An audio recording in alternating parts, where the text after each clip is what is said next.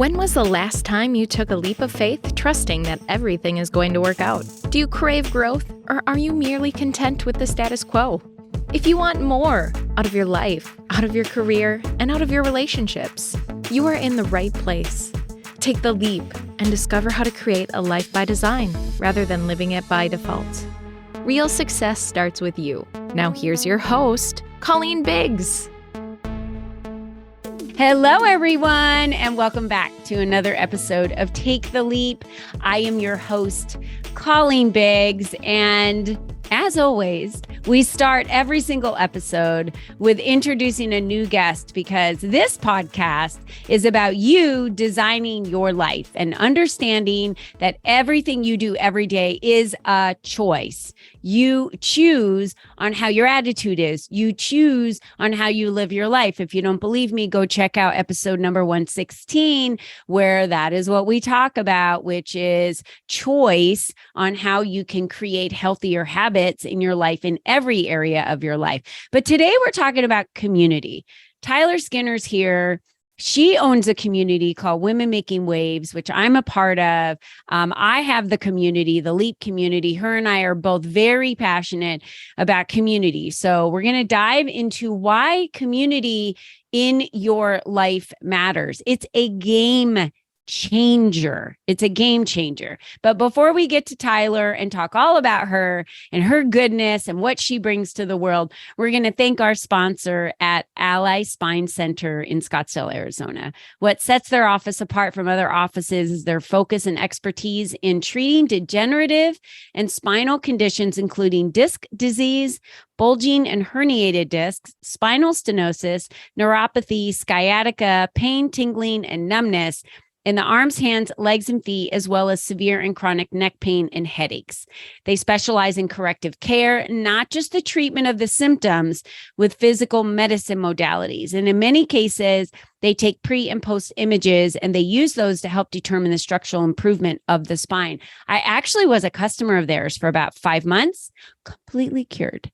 Just saying. Like it works. If you're someone who has been suffering from neck and back pain, spinal stenosis, sciatica, or other pain conditions, and you haven't experienced a chiropractic in an integrative corrective care office, then you've got to call them and make an appointment if you're in Arizona. If you're not in Arizona, please still call Chris and Allie at 480-809-4700 and visit them at allyspinecenter.com because they are a wealth of knowledge and they can connect you to any corrective care center like theirs across the nation. So there's no need for you to be in pain any longer, my friend, because I was, and now I'm not. And my spine actually moved. We moved bones around to help my pain. It's like gone. I used to get massages all the time because I was in so much pain, and now I still get massages, but not as much, and not because I'm in pain, just because I want to and I love them.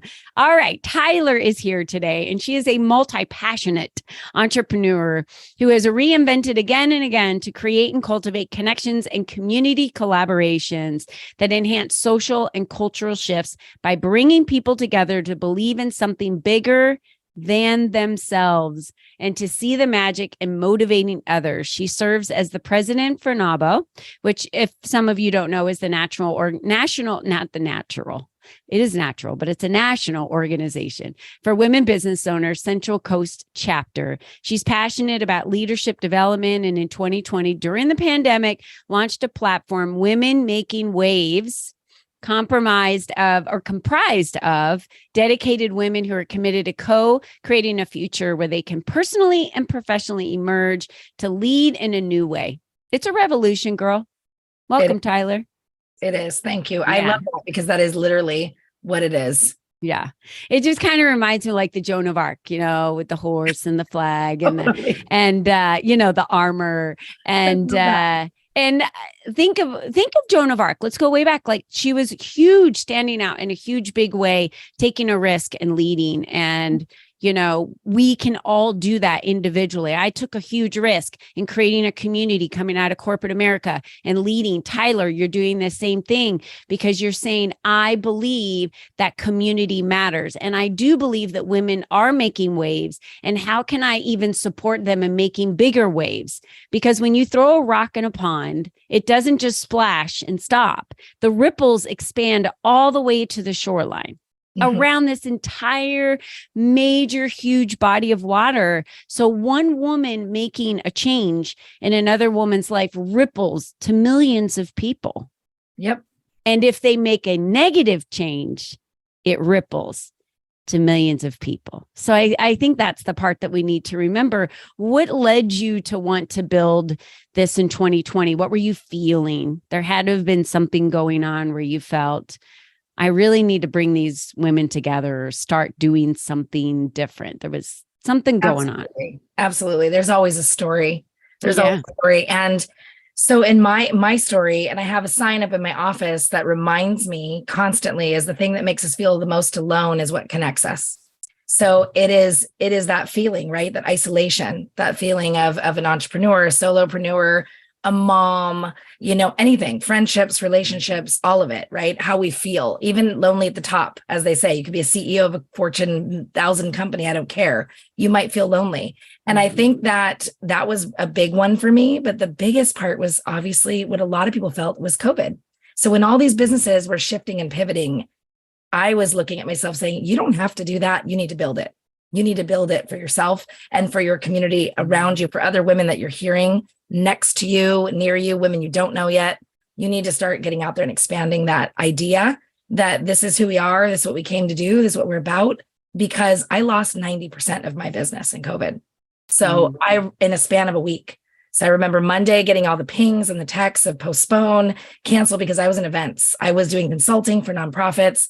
I was in the event space. I was putting on giant fundraisers, multi-day festivals, all these things. And it was so rewarding in so many ways to see the impact that was made, because my word is impact. That's my biggest thing. And that's what Women Making Waves is all about. So it's the impact that you wish to make, you desire to make, or you are making. And then how can we help you take that further? And I think that for me, it was great, but it wasn't, I saw the lack of connection. I saw the lack of going to these conferences or these big group events and all these things. And then people walk away and they have nothing. They just go back to whatever they were doing. And there isn't that true, like, what happens after that? What next? So Women Making Waves is that providing that connection space, that authentic piece of like, this is women that really support each other, that want to lift each other up and take that personal development part to the next level. Yeah, I really believe in serving others. Even for a living, I am a business coach. I love numbers. I love strategy. I love diving into helping women see how it's possible for them to generate income in anything that they do. It's just what my brain lights up with. But there's this other side of me because of, being 51 and having friends and community and women in my life that have supported me throughout my life. And I became a better mother because of it. I became a better person because of it. That there's that side of mentorship that I think is so important for us to discuss on how we can guide others and be there to assist others that might just be a few steps behind us. And what does that look like? You created a mentorship within Women Making Waves. What made you want to do that phase? Because talk about what Women Making Waves was doing. Like, since you started it in COVID, everyone was still locked down, but you're in California. And so when you could get out, what did you start doing? Did you start meeting in person? Were you meeting online? What was your goal? We started online, like a lot of places. We started with virtual events and we were doing that. And that was a huge learning curve just to figure out what that looked like. And doing virtual events was really opened up our eyes to, obviously creating more of a global perspective, because then we could meet women all over in different cities like you, who didn't live in California or who were next to us or near us or on the same track, on the same wavelength, pun intended, but they were not in our actual city. So we didn't know them personally. Yeah. So that opened up a lot of things for us. We highlighted women in industries, and it was kind of a panel focused situation. So it was leadership, cannabis, but we like to do industries that were male dominated and also industries where they could tell their true stories. So a lot of what happened, we're in evolution. So everything started somewhere, and out of that grew the thought of, oh, we need a podcast. Oh my gosh, we can tell stories this way. We are first and foremost storytellers. That's how I feel. And then the second part is the wisdom, the collective wisdom that we share, the insights that we give, the dialogue. Then came the mentorship, because we were working a lot and speaking with students at our local university. And it became very clear very quickly that especially young women in their 20s, in that age period, which we call the defining decade, there's even a book written about it, is we said that is a piece where that's untapped. It's not happening. We're not seeing mentorship. There's so many leadership programs for young women, like Girl Scouts and all these things for these younger girls, and coding and all this stuff. And then we went, what about when you get past high school? Then what happens? And you get to college and you're in that, or maybe you don't go to college, but you're out there working, or you're figuring out life, right? Yeah. And that is a huge part, a pivotal part of transition. That's like the first big, I guess, leap. See, there we go. First big leap that you take in life, I feel. And so that was a point where we said, okay, we have all these amazing women that have been on panels, that have been speakers, that we've interviewed on the podcast. Let's bring all these women together and have them mentor, because they're mentoring anyway. Let's be honest. You just said it. We're all mentoring as in our own personal lives. We're doing that because we care. We want to. We're in service. And then it was like, well, let's formalize that. Let's make it a program that it turns everything inward, not outward, not getting your information from outside sources. Like, my professor says this, or my teacher says this, my mom says this, my friends say this. It was like, what do I want? Who am I? What am I about? And talking about mental health, talking about your perspective, your culture, where you grew up, how you grew up, looking at your personal why and your big vision, and then allowing those women to lead from a place of trust is so impactful. And I've seen it. I've seen it firsthand. I've gone through it. I know you've gone through it. A lot of women have done that for ourselves, but we thought, give them a leg up, give them a little bit. It's not that they're going to make different decisions, because everyone's on their own path, but give them a chance, an opportunity to look inside and say, what about me personally? What is it about me that needs to do this thing? Yeah. And I couldn't have gotten luckier with who I was blessed with to be able to match up with as a mentor mentee, because she's a single mom and I was a single mom too. And so now looking back, it's perfect. But looking back, it's like, oh my gosh, if I had someone that could have mentored me, that I could have talked to through the process of, I felt like sometimes I had nobody. And you're right. I feel like we go from, having the support that we need. And then when it's after high school, you're essentially in this culture and society considered an adult, which is complete bullshit already, because you're not an adult at all. And then unless you get married and have kids, then there's all these guides for families and mothers and all that stuff. There's really no guide for in between all that, right. There isn't. It was the hole in the donut. That's what I call it. There's a gap. There's a gap here. Then you get in your 30s and you might be like a little bit in your career, or you're figuring things, it's different. You're right. You might be married at that time, but you're in some different transition. So every decade, I feel like we get something different. Oh, a different season. But a different season, which is great. But in that 20s, I went, where's the support for those women? A lot of them I saw were graduating, had no clue what they were going to be doing. I also talked to a lot of women who weren't in school. Maybe they were first gen in college, they got a scholarship. I mean, I talked to women all over who aren't also in school, single moms, everything, returning to school, trying to figure things out. And what I really saw was that common denominator of, well, I don't really know. I don't know me. I don't know what I'm doing. I don't know what's going on. And they didn't feel like they had things together. And it wasn't that they had to. We're not saying you have to. It's just, let's start the process. Let's start the conversation. If you haven't already started diving in, let's do that. Let's do that. Let's dig in. Let's figure this out together. And you're in a community now. So the beauty of it is then they get to be part of our bigger community, which is Women Making Waves. They get to meet women like you, which has Leap. So then it's like you now have a very big network, a built-in network that you've now created for yourself because you said yes to yourself. And you took that leap of faith, and you are going to do that for yourself. So by putting them in this program for 6 months, I feel like 6 months doesn't touch everything. It doesn't cover it all, but it gives you kind of this eye-opening start and beginning, and reinforces some things you may have already learned and you just need reminding of.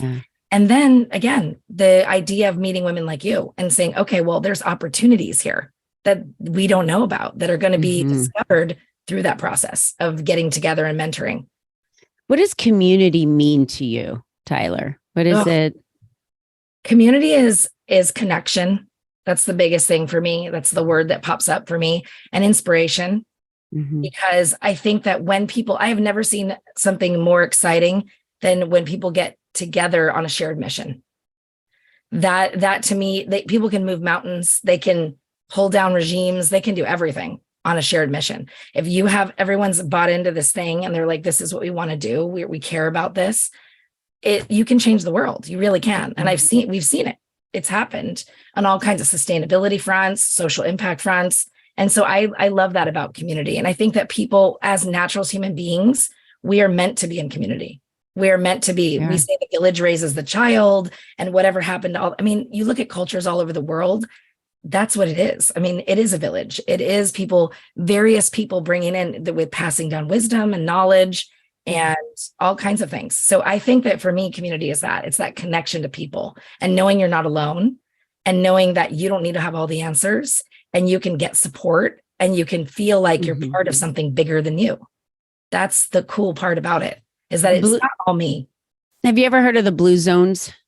I have heard of the blue zones, like the blue zones. I love that. And the blue zones are those areas where people live the longest. Yeah. And in those, there are two main pieces that matter the most within those communities. And it's a community, the connection that they have, that's the highest, and food. So those two things that they share, those are the biggest things that help them live longer. I mean, it's proven that you will live longer in community. From the beginning of time, we've always created community. So we crave it. Yet, why do humans so often isolate themselves? Because we're scared. Yeah. It's fear.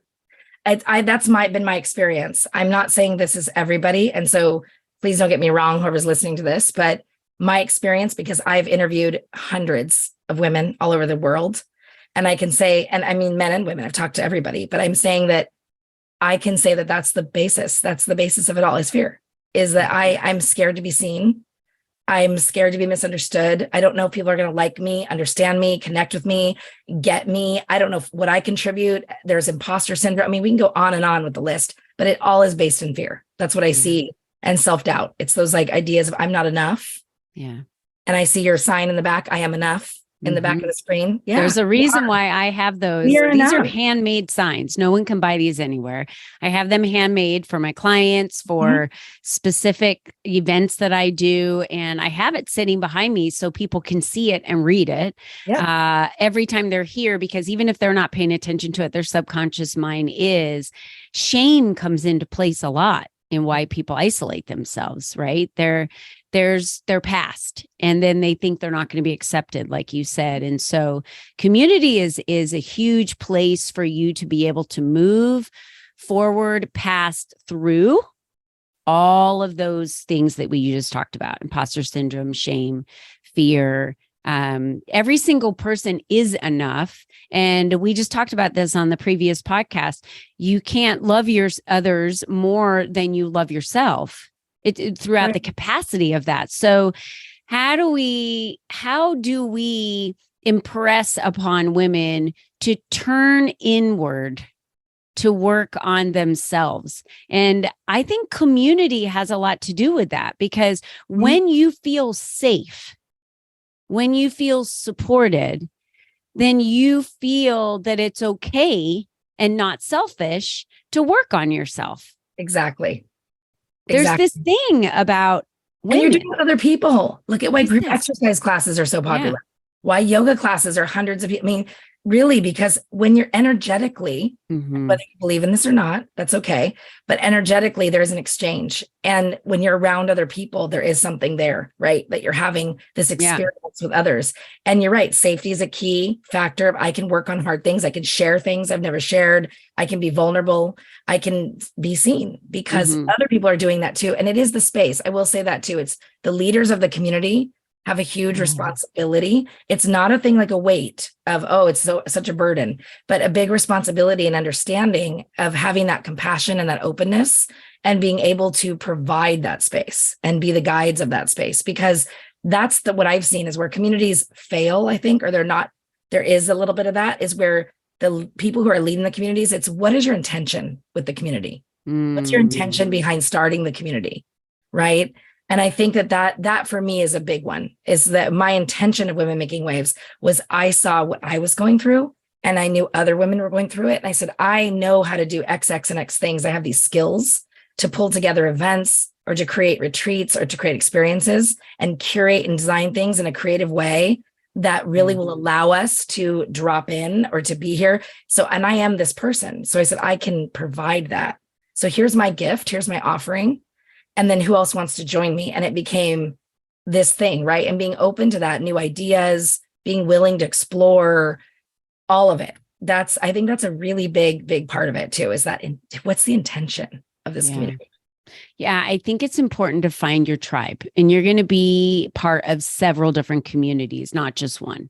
You know, I'm part of my local community here that is where I live. And so I'm a leader here, and I get called on to volunteer and help with projects moving forward. And I want to be immersed in part of my community because I love where I live. Right. Mm-hmm. That's one community. Your church might be a community. Your faith might be a community that you built. Yeah, with other people. Right. And so your family unit is a community that you create within your family. There are many communities that you can be part of. You know, the LEAP community is a business building community. We're attracting women that are entrepreneurs, building businesses, need the visibility and need the support. The education, the love, the guidance, all those things. So you're not out on a little island building a business on your own, because now you're not sitting at a table with other directors and managers and bouncing ideas off of each other as corporate America. You're out there doing your thing. And unless you create that support and community around you, you're on your own. It just is what it is. So as humans, you're right. We all have this urge to belong. And community to me is really about that connection that you talked about, and knowing that the other people within the community have the same wants, the same needs, the same drive, that you're doing the same things. And there are communities out there that make it about the leader, like you talked about.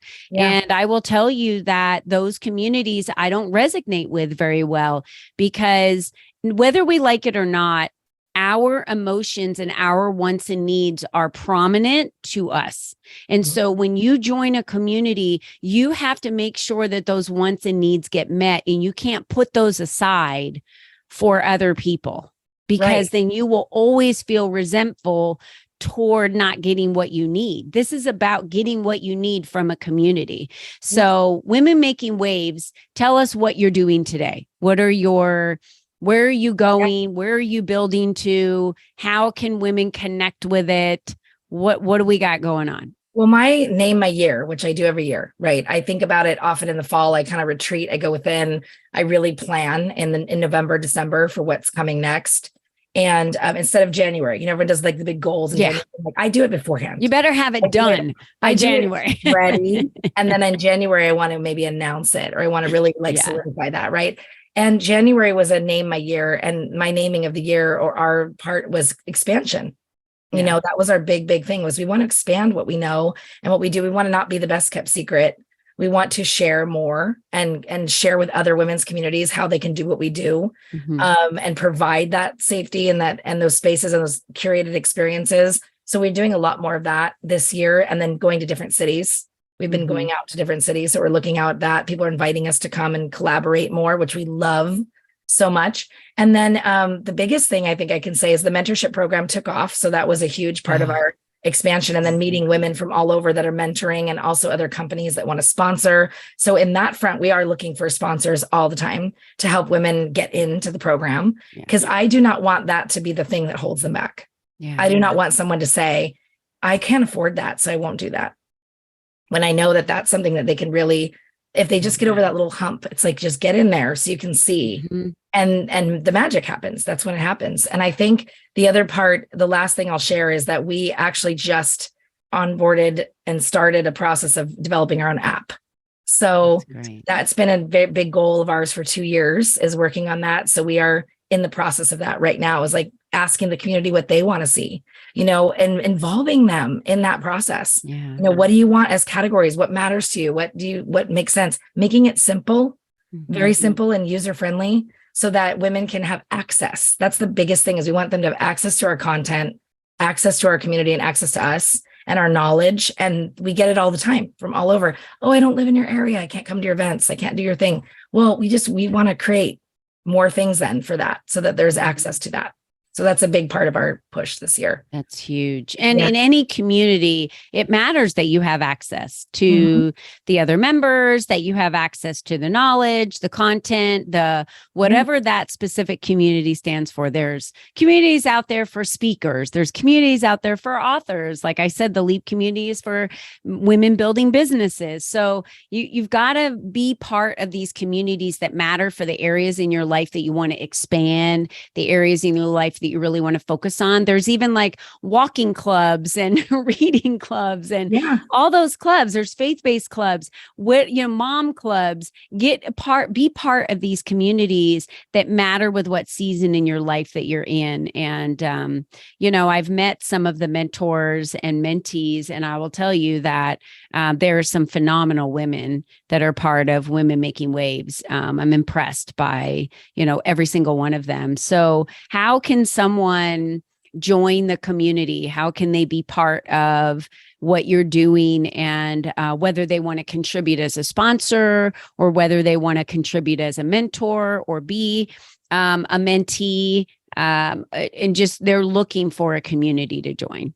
Yeah, our website is the best way, because that has everything there. Yeah. So it's just women-making-waves.com. And on the very front homepage, it says the next wave, which is the program. And you can click on that. It goes right to that landing page, has all the information about how to apply as mentor mentee. You can sponsor everything from there. So I think that would be the best way, if that's what they're looking for, is the mentorship side. But then also DM us on social media, reach out to us at women.making.waves. And find us, because I'm often answering those DMs, me personally. I really like to be involved in that and be able to talk to people. So be a guest on our podcast. We welcome that. We want women from all walks of life sharing their stories. There's all kinds of ways to plug in. So there's free opportunities. We have free community hikes. If you're in our area, we do that once a month. So we offer these all kinds of ways to do that membership. So it's all there on the website for you. I won't go into that super in depth, but I have to say, that's our big thing, is where are all the touch points? If you're looking for this, you're at this stage, come in this way. If you're looking at that stage and you want to be a member and you want to deepen that and come to more events often, do that.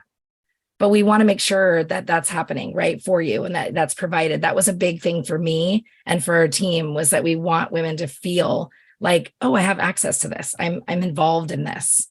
And it doesn't have to be that I, paid thousands of dollars and went to Bali, on a retreat. That's what we say often. Although we will be hosting retreats next year abroad. So fun. Saying that's not the focus, right? And those are all fun and they're wonderful. And I love that. Like you said, every community join where you're at and where you want to be. Also, we have women that leave. This is my big thing. I felt like, and when I started this, I'll give you a little fun story, is I had a bird nest in COVID. This bird decided to nest on my front porch, like a little sparrow in spring. And I watched the whole process, building the nest, laying the eggs, the whole thing. And I went, that's it. I was like, that's it right there. It's like a little nest, and everybody can come here and they can fly off, and then they come back and they fly off. I mean, that's what we want, right? We don't want you to, we're not trying to hold you where you are. Yeah. We want you to get what you need, go in the world and do the big things, make big waves, and then come back if you need to. Maybe you come back as a mentor. Maybe you were a mentee and then you come back as a mentor later. Maybe you're a speaker in some way for one of our programs. That's what I think is the biggest reward for us, is to see that women are wanting to come back in some way and give back and do things for the community to help it grow.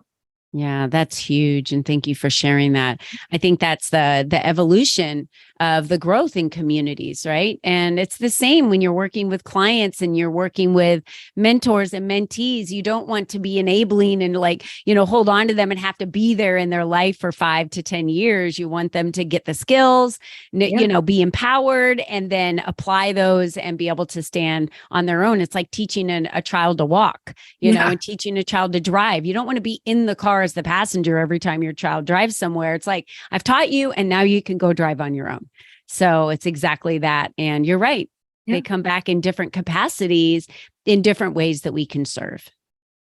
Exactly. Sure. And I think I just want to leave it with that. You are not alone and you don't have to do it alone. Yeah. And you belong in all the spaces. That was a big life lesson for me. So I'd love to share that here with anyone listening, is you do belong in all the spaces you want to be in. You belong in those spaces. That's beautiful. And remember what Tyler just said, you're not the only one. You're the only you that's ever been. You're the only you that will ever be.